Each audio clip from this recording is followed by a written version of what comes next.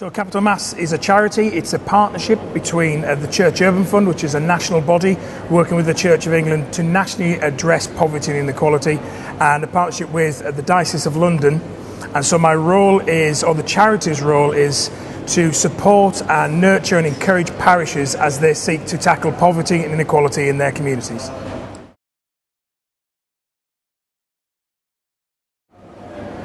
Yeah, so the Refugee Response Coordinator role has been birthed out of the parishes within the diocese already responding and engaging in the current refugee crisis, particularly starting out of Syria.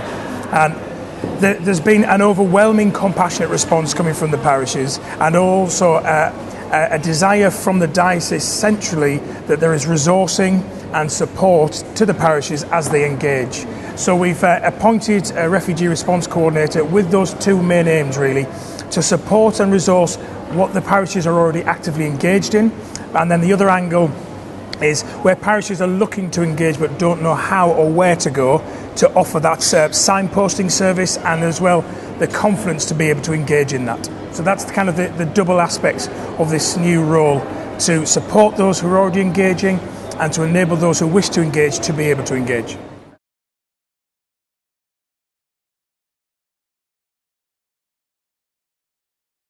So the past month I went across to the jungle at Calais, where there are 6,000 refugees and migrants camped there.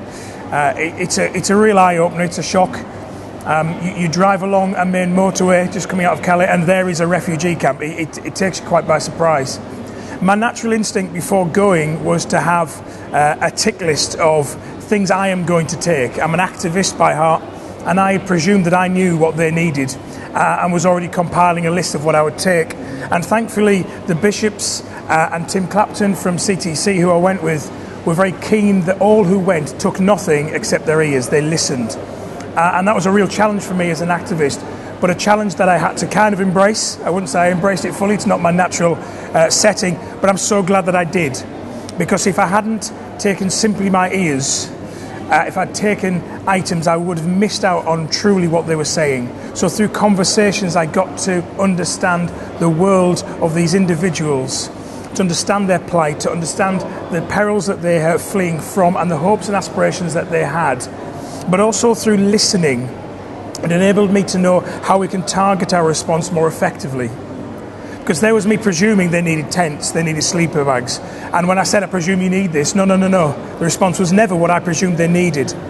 And it reminded me a lot, particularly this Christmas time where we worship the King who was a refugee, that actually when he became a man, when so many of those in need came to him, he always asked, what is it that you need from me? And it's something as an activist I always forget to do. I see the need coming towards me and I presume I know the response.